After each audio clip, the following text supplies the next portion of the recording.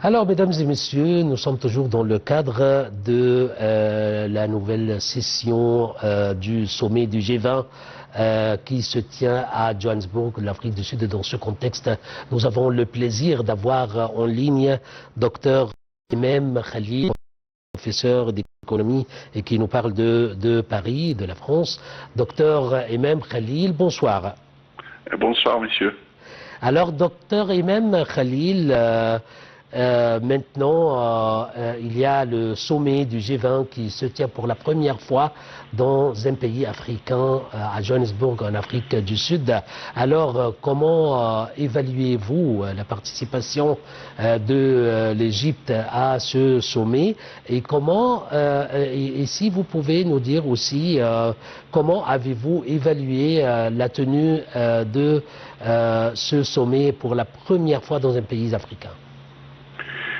Écoutez, la participation de l'Égypte au sommet de G20 reflète l'importance de l'économie égyptienne à l'échelle mondiale et bien sûr à l'échelle africaine et aux zones de Moyen-Orient.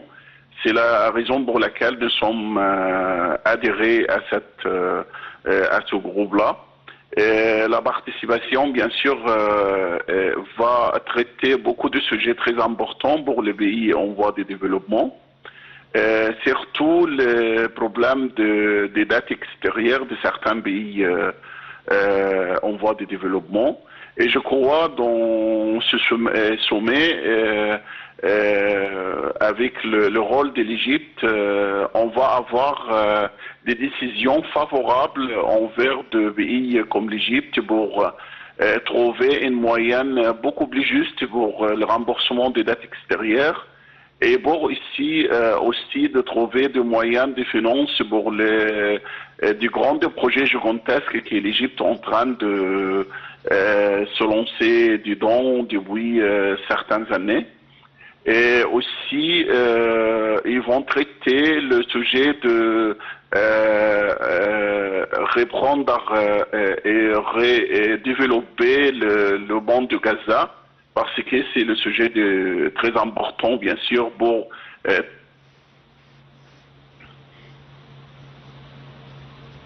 Allô? Oui, docteur Khalil, je vous entends. Oui, donc bien sûr le sujet de Gaza est très important. Surtout l'Égypte présente le joueur majeur pour remettre en route de nouveau la ville de Gaza et le monde de Gaza et faire toutes les constructions nécessaires pour retrouver de nouveau ces bandes sur l'échelle de pays arabes, bien sûr.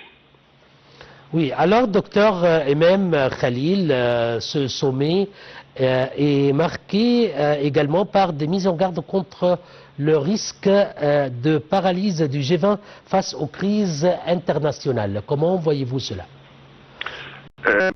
Maintenant, la crise mondiale s'installe partout, mais je crois les géopolitiques jouent un rôle important aussi, surtout après la négociation par le côté palestinien-israélien. Maintenant, il y a un cessez-le-feu dans le monde de Gaza, donc ça a amélioré pas mal de chiffres économiques dans les zones des pays arabes. Et bien sûr, il existe toujours la crise mondiale, mais je crois le rôle de ce sommet de trouver une moyenne, d'aider le pays en voie de développement, de se participer activement dans l'échange mondial, l'échange de commerce mondial, bien sûr, et donner plus de pour le grand projet dans certains pays, surtout africains. Et ça, c'était discuté déjà dans le sommet qui était en Égypte depuis, je crois, 3 mois. Et c'était vraiment l'étape importante pour arriver à ce sommet actuellement à Johannesburg. Alors, docteur Emem Khalil, lors de l'intervention du Premier ministre Mostafa Madbouli, il a insisté sur le lien entre paix et développement et la nécessité d'une solution juste pour la Palestine. Il a discuté à propos du sommet attendu pour la reconstruction de Gaza comme prévu en Égypte. Alors, comment pouvez-vous faire le lien entre le rôle du G20 et la reconstruction de Gaza?